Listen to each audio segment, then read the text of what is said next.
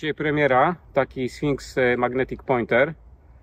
Czy to będzie najlepszy pinpointer, to się okaże. To wymaga czasu. Natomiast jeśli chodzi o funkcje i możliwości, w tej chwili to urządzenie przebija wszystko, co znamy. Zobaczymy, jak z jakością. To pokaże czas. Garrett jakby jest nie do pobicia i moim zdaniem Garrett jest jednym z najlepszych pinpointerów obecnie, przynajmniej dla mnie. Ale w dzisiejszym odcinku razem z Mariuszem pokażemy Wam inne pinpointery, które mamy i przerabialiśmy przez lata. To będzie Minelabowski pinpointer, to będzie GP Pointer, to będzie Mi 6. Mamy cały zestaw dzisiaj pinpointerów ze sobą, to będzie Pulse Dive Nocta Macro. I zobaczymy, jak na tle tych pinpointerów ten pinpointer wygląda, jeśli chodzi o budowę i jakość i o możliwości i jakie funkcje daje. Pamiętajcie o subskrypcji, pamiętajcie o blogu na omnitron.pl, o naszych mediach społecznościowych i zaczynamy. No dobra, zobaczmy, co dostajemy od tego producenta, jaka jest różnica. Wiadomo, że są różne dodatki w takich zestawach, jak tego rodzaju smyczka, zresztą no, nie najlepszej jakości, jak widać, ale to we wszystkich tych pinpointerach te smycze takie są. Co jest dalej? Pinpointer, czyli to, co nas najbardziej interesuje. Zaraz sobie obejrzymy, porównamy, jakie ma funkcje, omówimy urządzenie, później porównamy do innych tutaj urządzeń, które bardzo dobrze znamy. Ale zobaczmy, co jeszcze dostajemy w zestawie, bo to jest ciekawa sprawa. Kabura nie jest niczym dziwnym. Tu jest fajnie, że jest zaczep do smyczy, ale fajnie, że jest na rzep. Dlaczego na rzep? To jest taki mały szczegół. Przy tych wszystkich metalowych łyżkach, które są do zapinania, niestety kabura lata. Tak samo jest w przypadku XP. Tam jest fajny klip z zabezpieczeniem. Niestety ta kabura przy wyciąganiu lata, mimo że można ją jeszcze dodatkowo ustawiać, czego tutaj nie ma. Ten rzep pozwoli na to, żeby ta kabura była na miejscu. No i mamy rzecz, której z reguły nie ma w innych urządzeniach. Czy ja nie znam innego urządzenia na rynku. To jest kabura udowa. Też z zaczepami, można sobie przyczepić to na udo. To jest jakaś kieszonka, oczywiście nie na telefon, jak gdzieś ktoś tam na YouTube opowiadał, tylko moim zdaniem na dwie zapasowe baterie 9V. Także fajny jest to zestaw. I teraz omówmy sobie, jaka jest przewaga tego pinpointera nad innymi pinpointerami. A teraz pokażmy rzecz, która jest najbardziej rewolucyjna w tym urządzeniu, według mnie. Czego wyłączyć? Jest wyłączony. To są magnetyczne kabury. Na czym to polega? Włączony pinpointer po włożeniu wyłączy się. Czyli mamy uruchomione urządzenie, prawda? Ono gdzieś tam działa, prawda? Można sobie, wkładamy do kabury, cisza, urządzenie jest wyłączone. Wyjmujemy, włączone. To samo jest w przypadku kabury udowej. Natychmiast się uruchamia, wyłączony. To pozwala nam zaoszczędzić dużo czasu na naciskaniu urządzenia. Intuicyjnie wyjmujemy, wkładamy. Nie musimy obsługiwać tego urządzenia w żaden sposób. Chwila, moment, jest uruchomione. To jest bardzo duża zaleta, moim zdaniem. Bardzo przydatna w terenie. Co najlepsze, po 30 minutach, jeśli zapomnimy wyłączyć go z przycisku, on się wyłączy sam w stanie nieaktywności. Czyli możemy spokojnie to zdjąć, włożyć do bagażnika i urządzenie nie działa. To jest super sprawa. Tak samo po 40 minutach, jeśli zostawimy włączony ten pinpointer, on nam gdzieś wypadł, to on będzie krótkim sygnałem co 10 sekund przypominał o swojej pozycji, gdzie został zgubiony. Czyli też ma taki alarm ala zgubieniowy. Teraz z bliska pokażę Wam, jak on jest wykonany i porównamy do innych urządzeń, a na końcu tego filmu omówimy funkcję i obsługę tego urządzenia, bo jak wiecie z naszych filmów, niestety nie każdy pinpointer jest tak prosty w obsłudze jak Garrett intuicyjny. W przypadku pinpointerów Mi 6 ta obsługa jest skomplikowana. W przypadku Nocty Pulse Dive jest nieco łatwiej. No i na końcu popatrzymy też sobie na zasięgi, na czułość i omawiając funkcję zobaczymy też możliwości tego urządzenia, bo nie ukrywam, że to urządzenie poza tą funkcją ma jeszcze szereg bardzo ciekawych funkcji i możliwości, których nie ma w innych urządzeniach. Dobra, teraz Mariusz zobaczy i pokaże Wam, jak wygląda na tle innych pinpointerów ten pinpointer, jeśli chodzi o wykonanie, o teksturę, bo też tworzywo, samo wyważenie, prawda, ergonomia, ukształtowanie tego pinpointera, zanim przejdziemy do funkcji, do możliwości, też ma spore znaczenie. Zobaczmy, jak wygląda na przykład objętościowo w przypadku Garretta. To jest bardzo zbliżona konstrukcja, nie? No więc tak. Wielkość. Bardziej odchudzony Garrett, nie? Bardziej... Tak. Zmniejszony jest. Krótszy. To jest mój pierwszy pinpointer. Tak, ile lat już jest mam? najbardziej Boże. zbliżony. Wielkościowo tak. Podobnie wielkościowo. No Nocta, Nocta, która no jest gigantem wśród pinpointerów, Tak. natomiast no wynika to z jej Modułowości, tak, Modułowości. że można używać jej gdzieś tam w wodzie, prawda, zmienić sądem. no i mój Chińczyk. alternatywny pinpointer, którego używam, którego wożę ze sobą na tak zwany wszelki wypadek. Czy się rozładuje ten, którego używam, czy ktoś zapomni, zawsze jest jakaś alternatywa. Wychodzę z założenia, że lepsze to niż nic. Dobra. Nie oszukujmy się, jakościowo, jeśli chodzi o użyte materiały, jeśli chodzi o pracę, no ten pinpointer jest słaby. Jego tak naprawdę jedyną zaletą jest cena. No to żeśmy już robili film na ten temat. Pokażmy zaraz może za chwilę z bliska tego Sfinksa, jak jest wykonany. Pokaż może do kamery.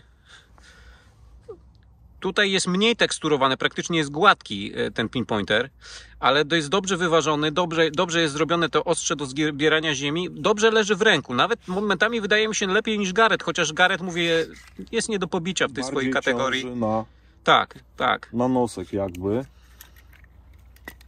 Zupełnie inaczej leży w ręku niż Mi 6. Łatwo jest przycisk nacisnąć, on zresztą się szybko uruchamia i wyłącza, to też jest plus, ale Lżejszy. o funkcjach zaraz porozmawiamy sobie dalej.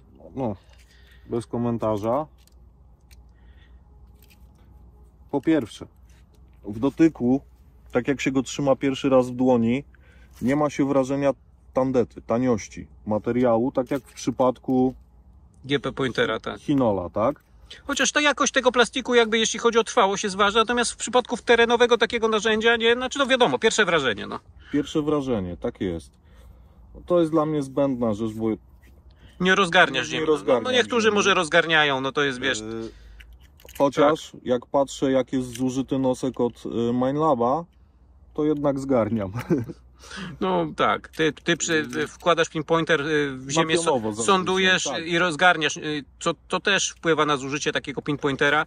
Zobaczymy, jak w czasie sobie będzie ten Sfinks radził, bo to jest kwestia. Zaraz pokażemy funkcję, bo to jest ciekawe urządzenie, dlatego że tu jest szereg innowacyjnych funkcji, których nie ma w innych urządzeniach. No, natomiast jeszcze samo wykonanie, on jest przyjemny.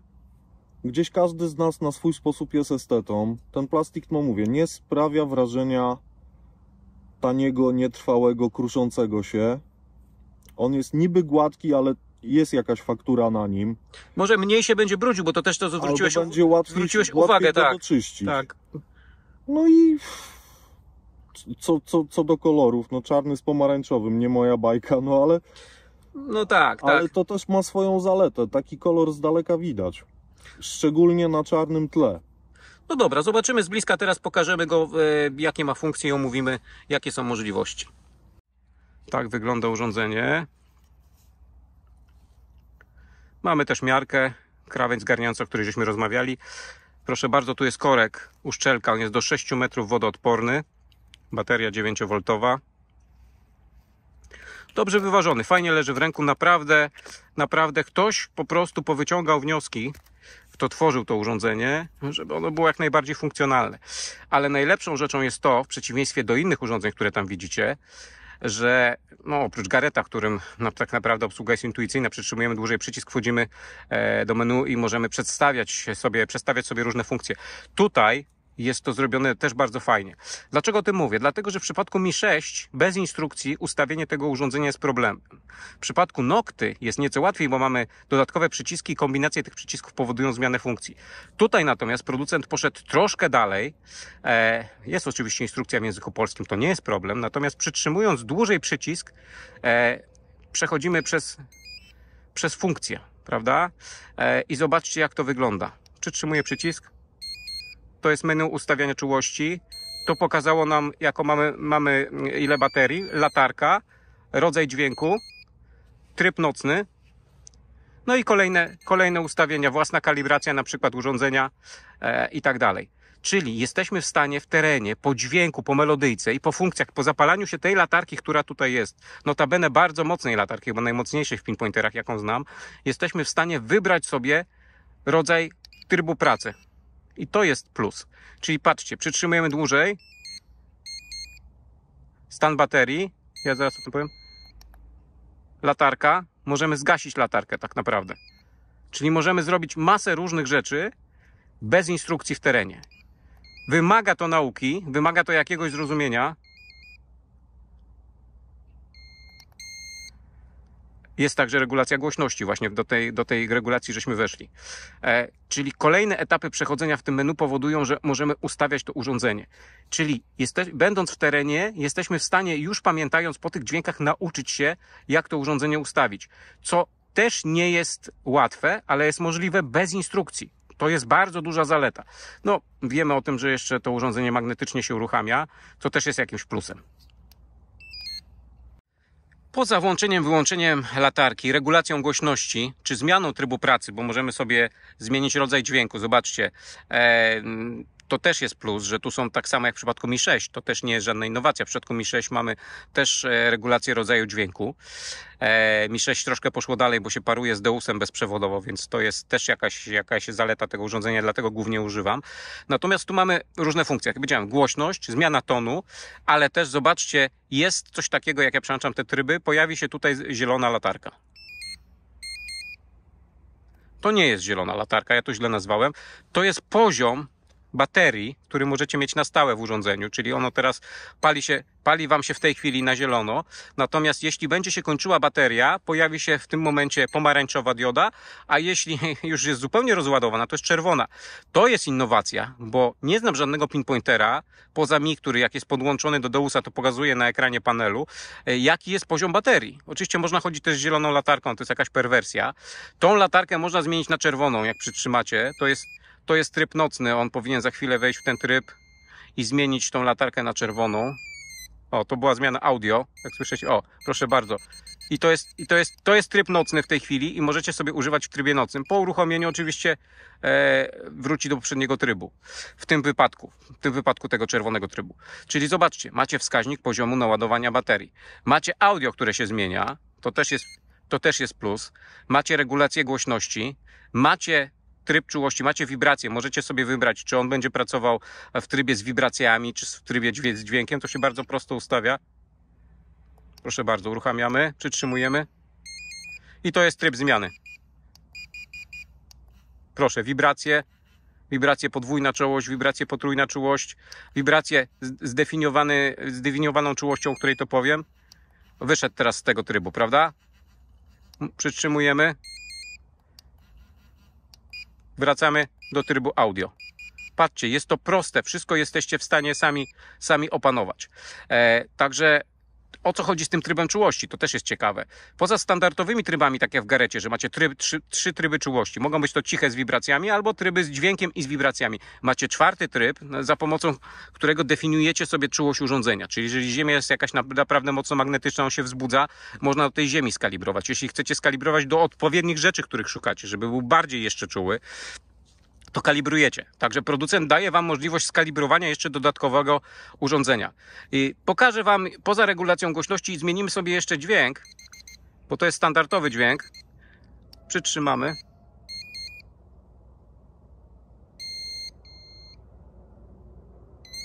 O, i teraz weszliśmy w tryb tego drugiego audio, o którym Wam mówiłem.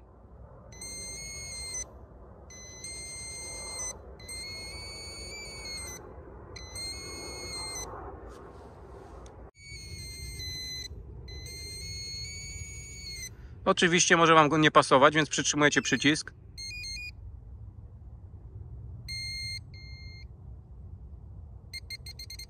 Puszczacie.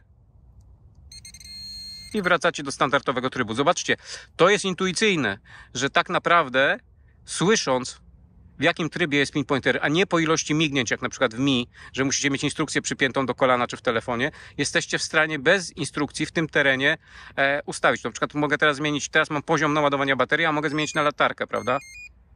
O, proszę. I puszczam przycisk i teraz on zostanie z włączoną latarką. Równie dobrze mogę tą latarkę sobie po prostu wyłączyć. Jak go wyłączę z powrotem, proszę bardzo, została latarka. Bardzo prosta rzecz w obsłudze. Bardzo fajnie to wygląda. Teraz zrobimy ostatni test. Spróbujemy z Mariuszem zobaczyć, jak jest z czułością, bo słyszeliśmy, że ten po prostu pinpointer jest bardziej czuły niż inne pinpointery, ma większy zasięg. To też jest nie do przecenienia. Może nie jest to aż tak ważne, ale przydaje się w terenie. No i teraz odpowiedź na pytanie najbardziej zasadnicze. Jak widzi bardzo drobne rzeczy. Tu w przypadku cienki złoty łańcuszek myślę, że adekwatny test. Użyjemy oczywiście Garretta do tego testu, bo myślę, że Garrett będzie najodpowiedniejszym, z najbardziej czułym, najlepszym urządzeniem. No Mi 6 powiedzmy, że nie ustępuje, ale myślę, że to jest chyba najbardziej popularny pinpointer i myślę, że z nim zrobimy takie zestawienie. Proszę bardzo. Maksymalna czułość pokażemy, że jest. Proszę bardzo, czyli na trzeci, to czekać się wyłączy teraz, musi wyjść z tego trybu. Dobra, i teraz pokaż.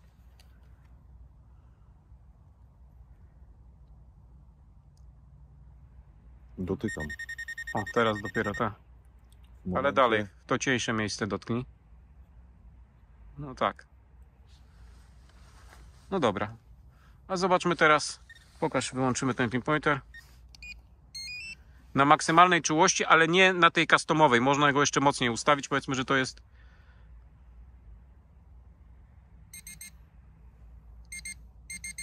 Nie dotykasz, tak. I jest lepiej. Tutaj jest podobnie. Podejrzewam, że nie będzie. Nie. O, proszę, wskazuje jednak. Tu jeszcze jest ten tryb customowy. Można go jeszcze wykręcić. Czyli jest bardziej czuły. No, w przypadku drobnicy będzie to miało znaczenie. W przypadku drobnicy będzie miało to znaczenie. Myślę, że to nie jest aż tak istotne, ale zawsze jest to jakaś podpowiedź, jeśli chodzi o urządzenie, bo niektórzy szukają drobnej biżuterii i takie rzeczy będą mi się po prostu przydawały, prawda, w trakcie szukania w terenie. Myślę, że to jest ciekawa alternatywa dla Garretta. Jeśli chodzi o to magnetyczne uruchamianie, prawda, to jest plus. 12 kHz częstotliwość, do 6 metrów wodoodporny, czyli można spokojnie z nim zanurkować. 8 trybów pracy. Mamy szybkie strojenie. Mamy też tryb podwodny, czyli można odpowiednio wkładając i wyjmując do kabory włożyć go w taki tryb, że przycisk jest nieaktywny, żeby go tam ciśnienie wody nie wyłączyło, prawda? Jest ok. Tutaj mamy też dużo możliwości, tak jak Wam powiedziałem. Macie informacje na temat stanu naładowania baterii. Możecie włączyć latarkę, możecie ją przełączyć na czerwony kolor. W zasadzie przy tym stanie baterii ona też jest w kolorze zielonym. Jeśli ktoś jest jakimś fetyszystą, to jest ok. Średni czas pracy to jest 60 godzin tego urządzenia. Waży 160 gram, to też jest ważne. Minus 20 plus 60 stopni zakres temperatur pracy. No myślę, że tutaj bardzo dużo jest. 2 rodzaje dźwięku, regulacja głośności tego dźwięku. To też jest ważne, że ktoś chce jednak słyszeć sygnał i mieć wibrację, ale chce mieć ten dźwięk odpowiednio ustawiony. To jest pierwszy pinpointer, gdzie można regulować głośność. Także chyba największa ilość funkcji w znanym mi urządzeniu. Bardzo dobra jakość wykonania, naprawdę fajnie to leży w ręku i wygląda, że działa. No zobaczymy jak z trwałością, bo tego Wam zagwarantować w tej chwili nie mogę. Natomiast no, będziemy próbować. Na omnitron.pl w naszym sklepie dostaniecie te pinpointery, one są dostępne i na naszych filmach oglądajcie razem z Mariuszem, my będziemy te urządzenia po prostu dla Was testować i zobaczymy jak będą pracowały. Widzimy, że to już jest urządzenie lepsze, lepiej wykonane, lepiej pracujące, dające więcej możliwości, no natomiast zobaczymy jak sprawdzi się w terenie, czy się po prostu szybko nie rozpadnie. Nie wygląda na to, żeby coś takiego nastąpiło, natomiast no, czas pokaże. Garretta, jak widzicie, ciorałem przez nie wiem ile, 7-8 lat i jest cały, więc to jest też jakby jakiś przykład tego, że to urządzenie naprawdę jest fajne. Mamy tak, pierścionek tej Pokażmy. najwyższej próby. Okay. Bardziej chodzi mi o jego tą część. On jest niewielki, cieniutki. Dobra. I drugi obiekt, według mojego znajomego jest to bardzo stary, w sensie dosyć stary złoty, prawdopodobnie jeszcze przedwojenny, przedwojenna obrączka. No dobra. Dobra. No ta grubsza część, no to jest wiadoma. Natomiast od cienkiej strony widzi. I tak samo teraz ten element.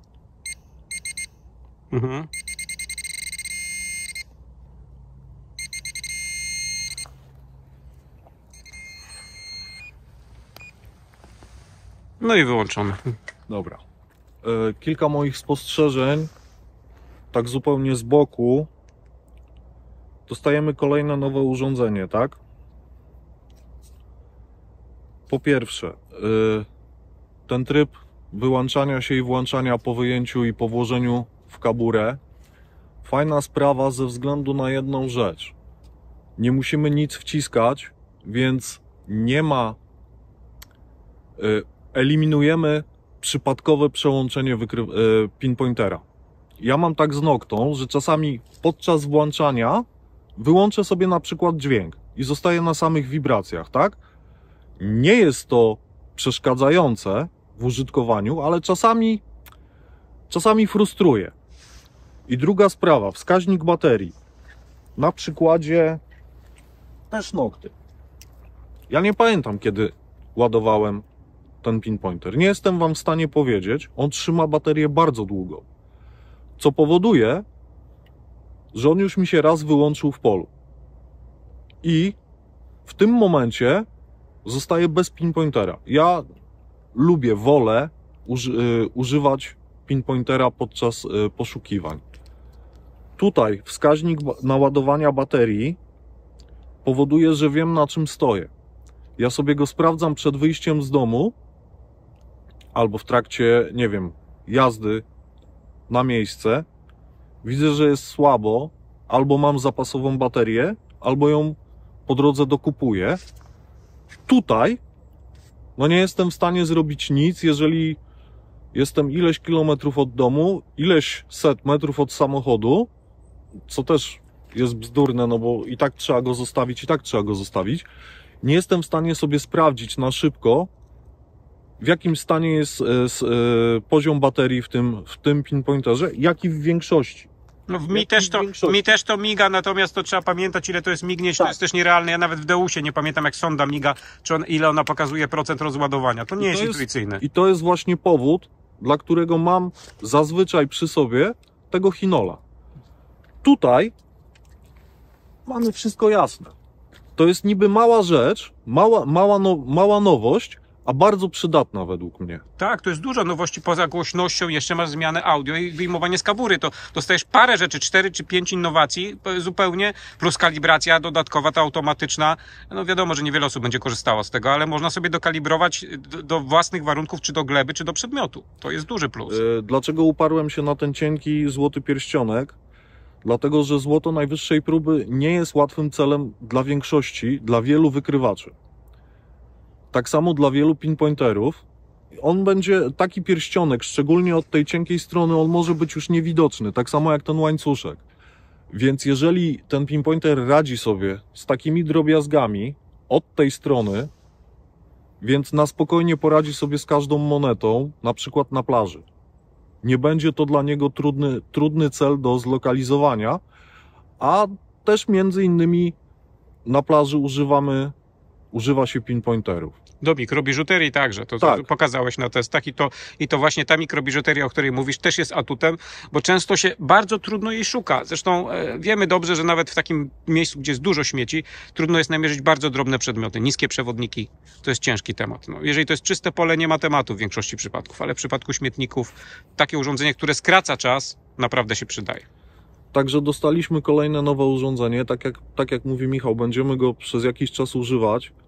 W różnych warunkach, w różnych scenariuszach, na pewno nie raz w dołku wykopanym szpadelkiem będziemy sprawdzali wskazania tego pinpointera razem ze wskazaniami innych pinpointerów. Czyli powiedzmy będziemy porównywali w dołku 2, 3 na bieżąco pinpointery, bo tak naprawdę to jest najbardziej obiektywny test. W różnych warunkach, przy różnych temperaturach, w różnej glebie. Zobaczymy, jak on się tak naprawdę będzie sprawował w terenie. I tyle. Pozdrawiamy i do następnego filmu.